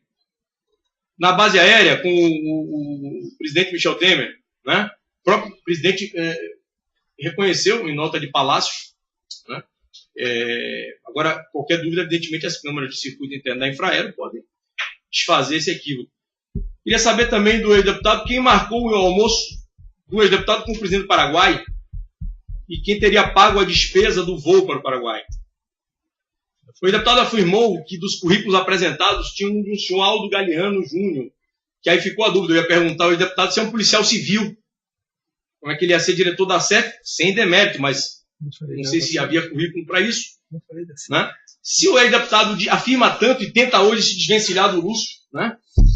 Se ele estava afastado tanto, por que ele pediu ao Lúcio para ajudar o Chalita? Eu não consegui entender também, queria uma resposta. E para quem acusa o Lúcio tão ruim de serviço, conviveu muito tempo, mas... Eu queria saber também a relação, não ficou muito clara essa relação do ex-deputado com o Altair Alves. E se sabe informar a razão do senhor Altair ir com tanta frequência ao escritório do Lúcio. Né? E queria saber também quem foi que convenceu o Lúcio a se candidatar a deputado federal por Pernambuco. Porque assim, se o Lúcio era tão ruim de serviço, se fosse bom então ia convencer a candidatar a presidente da República. O depoente afirma que Zequinha alugou um flat para o Altair em São Paulo. Eu ia perguntar ao deputado se ele tem prova disso, dessa afirmação. O senhor falou também, senhor deputado, que o Altair tem empresa de exploração de mármore e granito no Espírito Santo. E aí eu ia perguntar se o senhor sabe se ele vende pedras para a OAS e Odebrecht. Queria saber também se o senhor encontrou com o Gedel Vieira Lima na base aérea de São Paulo com o Lúcio Funaro em 2015. Se o senhor tem conhecimento que o senhor Henrique Constantino confirmou pagamentos da Vale para o seu site, mas me parece que o senhor mencionou alguma coisa nesse sentido, um acordo de leniência na 13ª Vara de Curitiba, a Vara Federal. Eu também queria saber, né, e aí é interesse, evidentemente, do Lúcio enquanto credor, que o ex-deputado afirmou aqui que depois de bloqueado o seu dinheiro, que ele iria ressarcir o Lúcio de todos os pagamentos feitos por ele em seu benefício. Eu queria saber quanto remonta esse montante pendente de pagamento ao Lúcio. Enfim, gostaria de saber também com relação ao Zabo, ex-diretor da SEDAI, qual é a relação do ex-deputado. Queria também saber a relação com Andréa Légora, ex-secretária de Itaboraí, com Daniel Dantas também. Se o ex-deputado tem conhecimento que o Lúcio doou em torno de 5 milhões de reais para a campanha de Sérgio Cabral, o governo do Rio de Janeiro. Ia perguntar também quem fez a defesa técnica na CVM do ex-deputado, se foi o advogado do Marcos Joaquim. Ia perguntar também, já estou perguntando, qual a sua relação com o Gonçalo Torrealba e com o falecido Edson Godoy, com o André Esteves. E aí, como são várias perguntas, ela vai numa só, Excelência. André Esteves, Benjamin Katz, Ricardo Andrade Magro, Wilson Quintela Filho, Marcos Magalhães Pinto, Natalino Bertin, Joel Batista, Edson Torres, Norton, ex-secretário do Ministério do Turismo, Gustavo, pessoa vinculada a saque de dinheiro com Altair para Gedel, se já utilizou-se do avião do Grupo Bertin, quem pagou, se ele pagou, se utilizou-se do avião do Grupo JBS, se ele pagou, se utilizou-se do avião do Grupo Constantino, se ele pagou, utilizou-se do avião e helicóptero do senhor Lúcio Funaro, quem pagou, se alguma vez comprou diamantes do diamantário israelense Corgut Baruch, se utilizou-se do helicóptero do Grupo Libra, ou de Gonçalo Torrealba, não sei. Se viajou a Barbados com Gonçalo Torrealba. Quantos veículos, isso aí foi bem discutido, quantos veículos comprou na concessionária Alto Miami em São Paulo e como pagou? Se o Lúcio emprestou 30 milhões de reais ao ex-deputado, como o Joel narrou em sua delação, a gente não sabe se tem credibilidade ou não a delação do Joel. Tem comprovante de pagamentos das compras de seus veículos? Quem apresentou Fernando Cavendish a Valdemar Costa Neto? Por que Lúcio Funaro efetuou o depósito na conta do seu filho? Até que ano o senhor operou o anexo 4 de Lúcio Funaro? Utilizava-se do serviço da agência de viagens de Maiorca? Quem pagava as faturas? Teve faturas dessa agência pagas por Lúcio Funaro? E aí, enfim, costuma fazer depósito de dinheiro na conta do seu filho. Eu ia perguntar se não tem transferência bancária, que hoje em dia é mais moderno, mas essa pergunta é relevante. Afinal, o senhor pagou alguma parte na compra do apartamento do Vampeta? Não pagou, não ficou claro? O senhor conhece Benedito Júnior, tem negócios com ele, Léo Pinheiro tem negócios com ele, Otávio Azevedo tem negócios com ele, José Antunes Sobrinho tem negócios com ele, Conhece o senhor Reginaldo, diretor regional da Oeste do Rio de Janeiro? Conhece o senhor Bruzi? Teve negócios com a SEDAI e com ele? Qual é a sua relação com o Henrique Constantino? Qual o número de newspaper viewers do seu site diariamente? Solicitou o aluguel de um helicóptero para a campanha de 2014 ao governador de Henrique Alves para Lúcio Funaro? Quem pagou? Qual a origem? O senhor responsável pelas transferências recebidas por Fábio Cleto e Henrique Alves da Carioca Engenharia no Exterior? Conhece o Ricardo Pernambuco Júnior? Teve reunião com Natalino Bertin, Lúcio Funaro e Vacareza no Tivoli? Conhece a Deusdina da Caixa Econômica? Qual o motivo da sua viagem ao Paraguai? O senhor respondeu, me parece. Conhece o senhor Ike Batista, o senhor Paulo Tupinambá, tem alguma operação com ele? E o Fernando Reis, operação? Álvaro Novis, Álvaro Teixeira de Mello, Wellington, funcionário do gabinete de Henrique Alves, Pedro Moreira Franco, Silvano Bernasconi, conhece Ricardo Luiz Peixoto Leal, conhece João Camargo? Qual a sua relação com José Seripieri Júnior da Qualicorp? O senhor teve uma reunião com Henrique Meirelles, Lúcio Funaro, Marcos Magalhães Pinto, Joesley Batista na sede do grupo JIF para falar sobre fundo de compensações de variações salariais?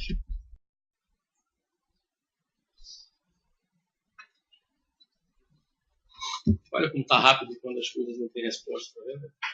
Se o depoente confirma, é bom ficar claro, inclusive, que o meu cliente, sobre contas não declaradas, porque tenta-se enxovalhar aqui a delação com coisas fora do contexto, mas está claro, inclusive, nos termos da colaboração, de que qualquer tipo de conta vinculada a qualquer offshore, dentre as dezenas que o meu cliente possa ter esquecido por algum motivo, ele declarou na sua colaboração que dará perdimento ou eventual abatimento ao valor da multa que lhe cabe pagar. Isso é importante ficar claro. Agora, uma pergunta importante: quem cuidava das empresas com a Gol, ou melhor, das empresas do ex-deputado no relacionamento com a Gol e suas coligadas? Se era o próprio deputado ou se tinha alguém da sua confiança que o fazia? E eu acho que é uma pergunta crucial, porque aí coloca-se em xeque instituições da República e o meu próprio cliente, né? Eu queria saber do depoente se ele confirma a afirmação que fez a imprensa de que o meu cliente teria, ele falou roubado, mas tecnicamente seria furtado, né? Os anexos do ex-deputado, não é? E aí isso remete a uma cumplicidade com a PGR. Eu queria saber se o ex-deputado confirma a sua afirmação na imprensa. Isso acho que é muito importante. Excelência, não vou fazer mais perguntas, quero apenas ter alguns requerimentos aqui, que, repito, deixamos ao final. Já foram juntadas, mas essas aqui podem ser feitas ao final, e eu agradeço a paciência de Vossa Excelência. Muito bem. Então nós encerramos aqui. Eu quero fazer... Pode falar. Agora eu quero terminar com os pontos da minha autodefesa, os quais eu entendo que possam ter sido cobertos pelas perguntas do meu advogado, do Ministério Público, de Vossa Excelência. O advogado do todos já terminaram. Marcelo Leão não vai fazer perguntas. Marcelo Leão já não vai fazer perguntas. Bom, Excelência, vamos lá. O senhor Fábio Cleto, ele relatava uma coisa importante, que as carteiras, está na sua delação, que as carteiras administradas tinham só ata. A maioria não havia nem reunião. Quando havia reunião, era conjunta. Não cabia pedido de vistas. Ele, Fábio, era um voto em 5 do Conselho da Vifug, além dos 5 votos do Conselho da Viter, que já decidiu o resultado. Isso é muito importante, que muitas vezes ele falava, isso ele falou várias vezes comigo, que só havia ata, a ata era já pronta, já tinha sido votada, já tinha ata. Então, na realidade, muitas vezes nem reunião tinha. E quando tinha, eram os conselhos em conjunto. Por quê? Não tinha sentido você ter 4 votantes dos 2 conselhos, só alterar o vice-presidente, e você fazer 2 reuniões em 2 dias. Então, eles faziam conjunto. Então, não tem essa história de dizer que ele fala isso que ele falou é verdade. Aprovado no Conselho da Viter, virtualmente já estava aprovado no Conselho da Vifug. Ele falou claramente que isso já estava aprovado. Bom, isso que eu falei, os partidos já tinham influência na FIA, a questão do Môntega, terceiro escalão. Bom, Fábio Cleto, na delação dele, ele fala que tinha conta Lastal no Júlio Bar, que obviamente vou pedir ao meu advogado que requeira a perícia do papelzinho, porque estou disposto a, quiser acolher meu exame grafotécnico imediatamente aqui, eu já cedo, para que faça o exame grafotécnico e que faça uma perícia para verificar que não é nada escrito por mim que aí esteja. Quero deixar isso bem claro, que eu não posso aceitar um papelzinho na lápis, escrito e colocado aqui no processo nessa hora, eu faço questão absoluta de fazer perícia para configurar que não é escrita por mim. Ele tinha uma conta, inclusive, na corretora Vitor Paulo no Uruguai. E ele falou na relação dele que fechou o Uruguai, recebeu o cheque e trocou com o boleiro por dinheiro vivo. Então, ele devolveu o dinheiro? Cleto fala que brigou com o Funari, vários diálogos por mensagem, como eu já falei, incluindo o pagamento do aluguel. A tal carta de demissão que foi entregue aqui já foi assumida aqui a autoria pelo seu Funari, aguarda por ele, que disse que não entregou a ninguém, e disse que a sua ideia era publicar na imprensa, e qualquer neófito sabe, Excelência, que uma carta dessa, dirigida ao líder do PMDB, não tem qualquer valor. Qualquer pessoa com mínimo de conhecimento, se fosse fazer uma carta dessa, ou faria o ministro da Fazenda, ou o presidente da República, ou o presidente do Conselho da Caixa. Mas jamais é o líder do PMDB. Tem um papel. E uma carta dessa assinada, ela vale absolutamente a mesma coisa. Senhor Castelhano, eu quero entender o seguinte. Excelência, o depoimento do réu, porque se vai seguir... Excelência, eu estou exercendo a minha autodefesa. Se vai reiniciar, está me reabrindo o direito. Não, eu estou fazendo a minha autodefesa. Não, veja bem, ele seriam as considerações finais. Eu estou fazendo a minha autodefesa, Excelência. As considerações finais dele, sem perguntas. Na verdade... Excelência, eu não estou aqui no contraditório com o advogado de acusação. Eu estou aqui exercendo o meu direito de defesa. Porque com a réu do relator é advogado de acusação. Não, desculpa. Se eu você me dá o direito. Eu não interrompi, Excelência. Observe, doutor Marcelo Leal preocupado com as formalidades, doutor Télio preocupado com as formalidades quando interessa, mas Vossa Excelência é de convir. Este formato inexiste no Código de Processo Penal. Sim, corretamente. Então, assim, eu tenho o direito, se o meu cliente for mencionado e que eu entenda que isso é verdade, eu posso fazer uma pergunta. Porque Excelência, eu assisti o delator depor aqui e falar o que quis, eu não interrompi nunca. Na hora regulamentar, deputado. Eu vou terminar na minha hora regulamentar, que se você se permitir. Vossa Excelência não é o juiz agora? Veja bem, deixa eu... Vossa Excelência é o juiz agora? Pois não, então, por favor, submeta ao juízo. Ele não deixa de ter razão. É o seguinte, nós trabalhamos em formas de perguntas. É uma concessão que se faz ao réu ele fazer umas... Excelência, não é a primeira vez que eu me ponho. A gente tem o direito à autodefesa final para falar. Eu quero falar os pontos que eu entendi que não foram cobertos por perguntas para poder exercer o meu direito de defesa. Eu quero concluir que, tradicionalmente, nós fazemos perguntas e, no final, o senhor vai fazer o senhor faz umas considerações finais. O senhor pode falar o que quiser. Agora, pontualmente, se o senhor mencionar, ele tem direito a uma espécie... É só alongar. Excelência, aí é uma decisão de Vossa Excelência. O que eu quero fazer é só... Vossa Excelência é o juiz. Ele pode dizer o que ele quiser. Agora, o problema é esse. É que eu entendo que tem pontos que não foram cobertos pelas perguntas, que eu entendo que tem que ser solicitado. Isso só pode fazer. Vários pontos eu cortei porque já foram cortados. Mas eu estou querendo cobrir os pontos que eu entendi que não foram tratados aqui. Para exercer meu direito de defesa pleno. Só isso, mais nada. Se ele quiser consignar 300 perguntas depois, é o problema dele. É o problema dele. Para mim, é a consignação dele. E absolutamente, eu vou, obviamente... Enfim, aí cabe a minha defesa técnica do que vai fazer, mas para mim não afeta absolutamente nada. É um show que eles querem fazer, faça o show. Não estou preocupado com isso. O senhor começa, mas só aí, vou ter que garantir pontualmente, tá, doutor? Não é pontual, ele já não é mais pontual. Se ele for, supor que ele se manifeste... Eu vou responder, esse é... de alguém... Como, na verdade, a gente está no formato atípico da Doravante, ou seja, depois de já feitas as perguntas... O formato já começou atípico no depoimento do seu funcionário, você se permitiu, entendo, democraticamente... totalmente fora dos autos. Não, estou nos autos, estou na delação. Todos estão na delação. Eu fiz uma pergunta que estava na delação. Pois não, obrigado, Excelência. Isso é mais, embora seja inusual, é mais pela ampla defesa? Não vou proibir de alguma coisa. Quero realçar aqui que o senhor Margoto falou na página 41 da sua delação, teria tido uma visita minha no escritório de Funaro, onde teria perguntado quem era o Fábio. Isso ninguém confirma. Nunca falei com o Margoto, nem sabia da existência dele. Que ele fala, como já falei na página 47, com acesso a minha era zero. O alegado pedido de vistas no comitê do FI, ele só foi possível a partir da alteração do regulamento em 2014, pedida pelo conselheiro João Graça, conforme o seu depoimento e confirmado por Luiz Fernando Mediato no seu depoimento. Mas, porventura, a requisição do regulamento vai poder mostrar desde quando foi permitido. Antes de 2014, ou seja, 3 anos depois do seu Fábio Cleto estar lá, não era permitido pedido de vistas. Fábio, como a gente já viu aqui, tratava de negócios com vários interlocutores por mensagem. Milton Ira, Rafael, Cássio Ismael, Camargo. Inclusive, outros negócios. Teve até intermediação com a JBS para exportar carne para o Gabão. As lavagens, já falei. Bom, essas lavagens do seu Fábio Cleto, nem a denúncia, apesar de imputar, estabelece que aquilo era pagamento de fruto de possível propina. Tem uma divergência das próprias planilhas apresentadas. O seu Fábio Cleto se acredita de todo o Porto Maravilha aqui, que ele diz que tinha 4%, fala 2 milhões e 100 na planilha dele. Por outro lado, é juntado na planilha outra que é atribuída, agora ele está dizendo que é atribuído ao seu funcionário, de 7 pagamentos de 280 mil. E a denúncia foi feita de 7 crimes de corrupção do Porto Maravilha, quase 7 pagamentos da planilha. Então, quero deixar registrado que tem divergência das próprias planilhas apresentadas no seu funcionário e do seu Fábio Cleto.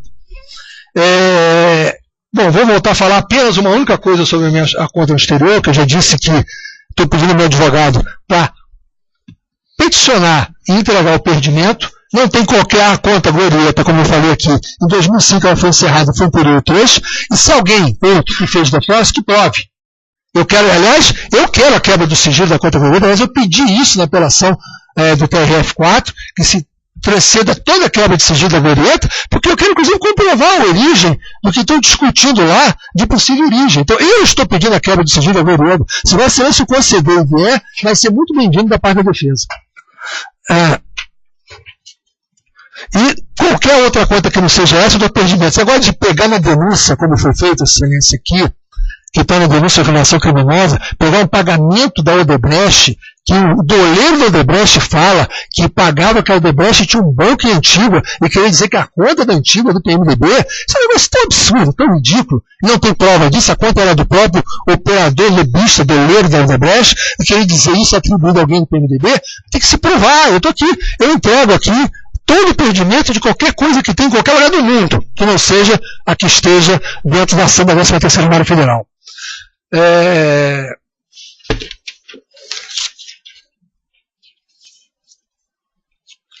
Moreira Franco, no depoimento dele, falou uma coisa muito importante.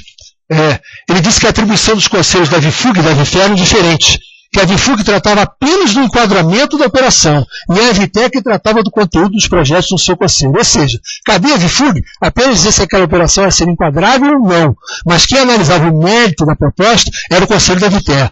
Isso tem um impacto nesse processo, porque a aprovação ou não de qualquer proposta da carteira administrada, ela se dá em conteúdo pelo conselho da VITEC e não pelo conselho da VIFUG.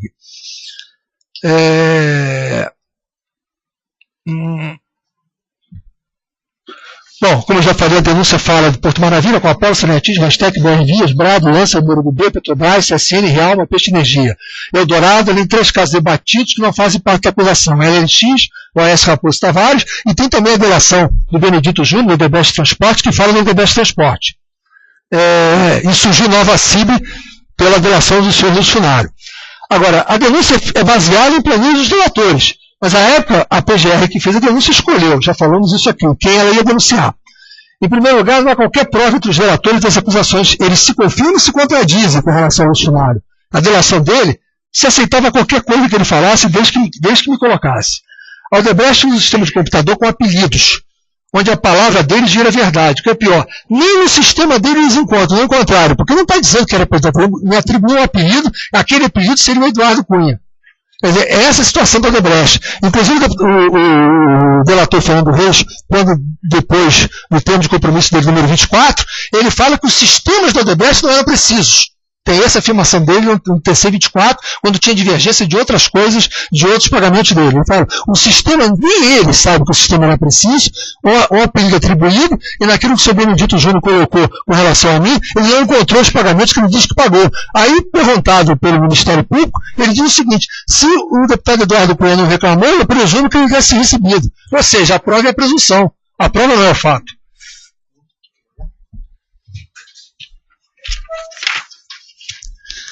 Outros falam, bom, tem um deles que fala que tem 110% de certeza dos relatores que o entregava a Michel Temer. Certeza baseada em quê? Na palavra de um delator reincidente no crime? É muito fácil acusar sem provas. Cadê a prova que eu indiquei alguma coisa do seu Ricardo Pernambuco? A delação do Margot é uma piada. Cleto delata, e a única prova que ele tem é o recebimento na conta dele, que já estava denunciada na medida que o Ricardo Pernambuco já tinha delatado. É a única prova que o Cleto tem. É a conta dele que recebeu o dinheiro do seu Ricardo Pernambuco. Moreira Franco, como eu já falei, um detalhe, quando o Moreira Franco saiu da campanha de 2010, isso faltou até para complementar uma pergunta do Anselmo, me faltou na hora, ele assumiu a Secretaria de Ação Estratégica e o Ministério, ele acabou virando ministro, depois ministro do governo Dilma. E aí o Joaquim Lima, ele conseguiu que ele ficasse como vice-presidente de tecnologia, única iniciativa do Moreira Franco. Como ministro, o Joaquim Lima ficou como vice-presidente da Caixa, continuou, mas foi para a vice-presidência de tecnologia. Então, além daquele quadro todo que falou, tem o Joaquim Lima que continua como vice-presidente de tecnologia por influência, ascensão, enfim, do próprio Moreira Franco. Moreira Franco, além de mentir no depoimento dele aqui, que nunca tratou de doações eleitorais, mente também quando só conheceu o Léo Pinheiro em 2013, quando era ministro da Aviação Civil, porque eu testemunhei o almoço em 2010 que ele estava com o Léo Pinheiro. Então ele não pode dizer que só conheceu o Léo Pinheiro quando era ministro da Aviação Civil em 2013. Mentiu, e eu sou testemunha da mentira.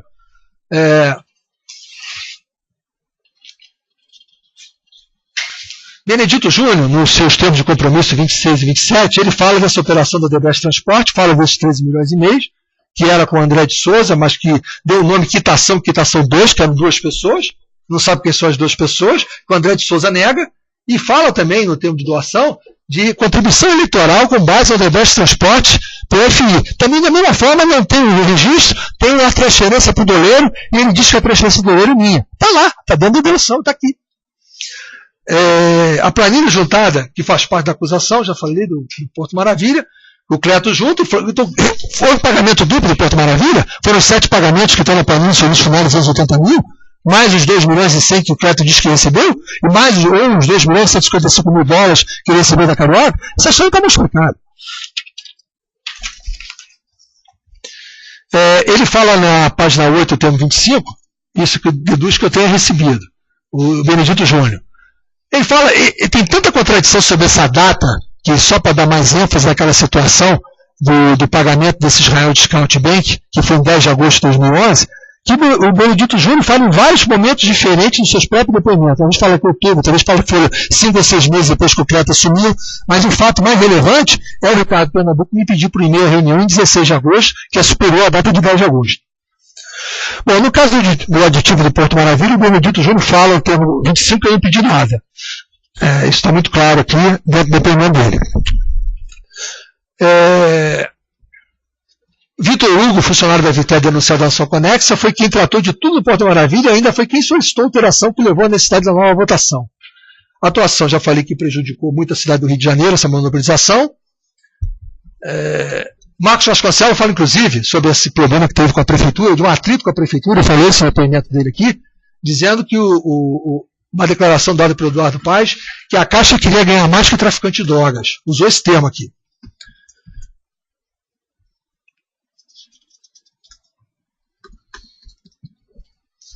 Como eu falei, a Caixa participou de um leilão para o Porto Maravilha, ele não fez financiamento nenhum, a Caixa cumpriu a resolução do Conselho Curador e foi participar de um leilão.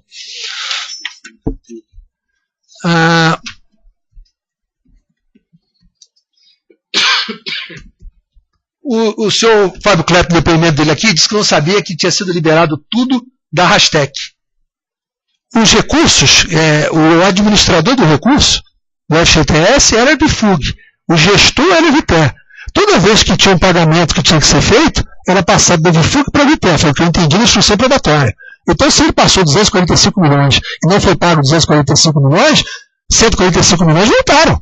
Como é que ele, como vice-presidente, não sabe que não tinha sido pago 245 milhões? Essa história está bem contada. Ele tinha a obrigação de saber, porque se ele passou o dinheiro não foi pago, o dinheiro voltou. Ou ele provavelmente só passou 100 milhões, porque só pediram 100 milhões. É isso que deve ter acontecido, que foi o valor que foi liberado. Então tem aí uma desídia dele no conhecimento da sua atividade muito grande. E isso traz prejuízo à instrução probatória. BR Vias, o senhor Funari, réu confesso do processo, falou que recebeu o pedido de adiantamento de 5 a 7 milhões da comissão para a campanha de Chalita, que seria 3% dos 300 milhões, ou seja, 9 milhões, e diz que emitiu nota deles. Cleto fala que se acreditou numa suposta planilha, a sua parte, e recebeu da Carioca Engenharia, que não tem qualquer lógica. Bom, ele se que deve apresentar as provas, de que eu participei e recebi dessa propina. Cadê os pagamentos que corresponderam adiantamento para a campanha de Chalita? Cadê a comprovação desses pagamentos? Está na hora de se apresentar toda a listagem para poder compor essa comissão que ele recebeu, como é que ela foi paga, até para poder mostrar a vinculação do que é e o que não é. Se eles são, eu confesso, são colaboradores e estou com essas afirmações, deve trazer todo o que se compõe os pagamentos que foram comprados disso, inclusive das empresas de Eduardo Assunção Dallas, do não sei o quê, enfim, qualquer coisa do gênero. Ele fala, o seu Funaro, na delação dele, que para Henrique Constantino adiantar a doação para a campanha de Chalita, ele teria me solicitado que Michel Temer telefonasse para agradecer o adiantamento. Fala também que assistiu a ligação, pois Henrique Constantino estava no seu escritório. Bom, o fato mentiroso a gente pode comprovar. É só a gente requerer a quebra de sigilo, porque se estava no escritório do funcionário, a ligação foi pelo telefone celular. Então, quebrar o sigilo no telefone celular do seu Henrique Constantino, eu vou ver se tem alguma ligação do seu Michel Temer. Se tiver, ele falou a verdade, se não tiver, ele falou mentira. Então é uma forma fácil de a gente poder comprovar se o que ele falou é verdade ou não é. Esse fato não aconteceu. Eu não pedi a Michel Temer para telefonar para Henrique Constantino. Eu falei até aqui que marquei uma audiência, eu acompanhei Henrique Constantino numa audiência com o Michel Temer e falei o assunto que foi tratado. Agora, ligar para agradecer adiantamento para a campanha de Chalita, isso é mentira, não aconteceu.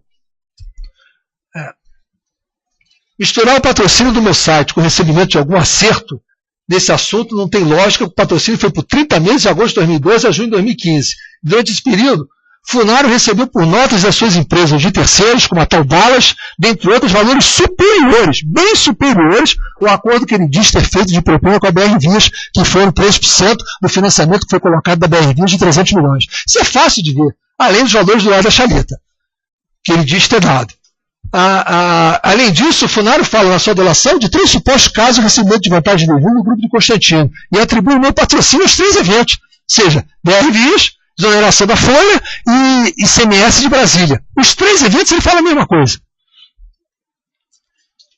Ele não detalhou o montante de cada acerto, a forma de recebimento específica de cada acerto e ainda o período de cada fato. Os eventos a que ele se referiu, além do assunto do BR Vias, seriam esses que eu falei. Desoneração da Folha e redução de ICMS. A Gol foi questionada, publicou explicações públicas na imprensa, acabou firmando acordo leniense e pagou uma multa de 12 milhões de reais sobre esses valores juntados pela minha defesa nos autos. Moura do B, os depoimentos de Cleto Margoto falam que eu não participei, não soube, teria sido enganado. LLX eu já falei, que o do Ike Batista. Cleto confirma o recebimento da LLX, via Carioca. O Debest é um trabalho no Porto do Açul. Eldorado entrou com valor maior, levou pau.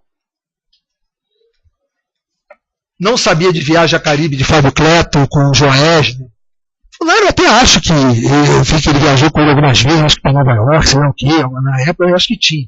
Mas isso é normal, agora o Fábio Cleto viajar, o seu João Batista realmente não era ético, ele estava no poder de decidir no financiamento, ele não poderia ter viajado.